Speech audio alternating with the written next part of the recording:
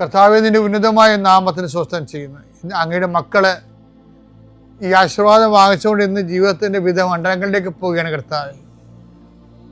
ഇവിടെ ഓഫീസിൽ പോകുന്നവരുണ്ട്, അവിടെ സ്ഥിരമായിട്ട് അവർ അനുഭവിക്കുന്ന പല വിധത്തിലുള്ള പ്രയാസങ്ങളും ഞെരുക്കങ്ങളും രക്തസമ്മർദ്ദം ഉണ്ടാക്കുന്ന പല അനുഭവങ്ങളുണ്ട് കർത്താവേ. ആ വിഷയങ്ങളെല്ലാം ദൈവത്തിന് ഈ നിമിഷം പരിശുദ്ധയോടെ മാധ്യസ്ഥേൽപ്പിക്കുന്നു. കർത്താവേ,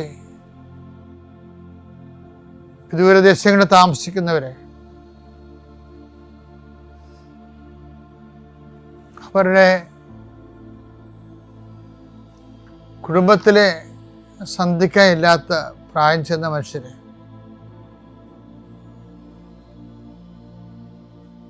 അവരുടെ ന്യായമായ ദുഃഖങ്ങളെ സംബന്ധിച്ച് പ്രാർത്ഥിക്കുന്നു.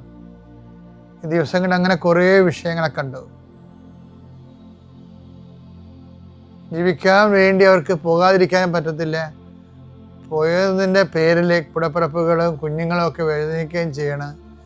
ഒരു ഇന്നോവേറ്റീവ് ഈബിൾ എന്ന് പറഞ്ഞ പോലെ കുറേ കാര്യങ്ങൾ ചെയ്യാതിരിക്കാൻ പറ്റുകയില്ല, ചെയ്തില്ലെങ്കിൽ ജീവിക്കാൻ പറ്റത്തില്ല.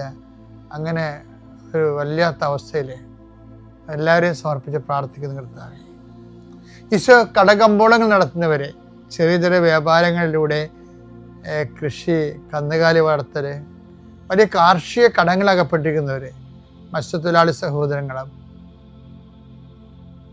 ചില കാര്യങ്ങൾ വിറ്റുമാറ്റിയാൽ രക്ഷപ്പെടും, പക്ഷെ വിൽക്കാൻ പറ്റണില്ല, വിൽക്കാൻ ആളില്ല, വാങ്ങിക്കാൻ ആളില്ല.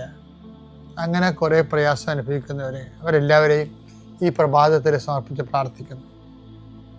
കർത്താവിൽ സമാധാനമില്ലാത്ത കുടുംബങ്ങൾ, കർത്താവിൻ്റെ വിശുദ്ധ കുരിശിൻ്റെ അടയാളത്തിനും ആശീർവാദത്തിനും അവർക്ക് സമാധാനം തിരിച്ചു കിട്ടട്ടെ എന്ന് പ്രാർത്ഥിക്കുന്നു.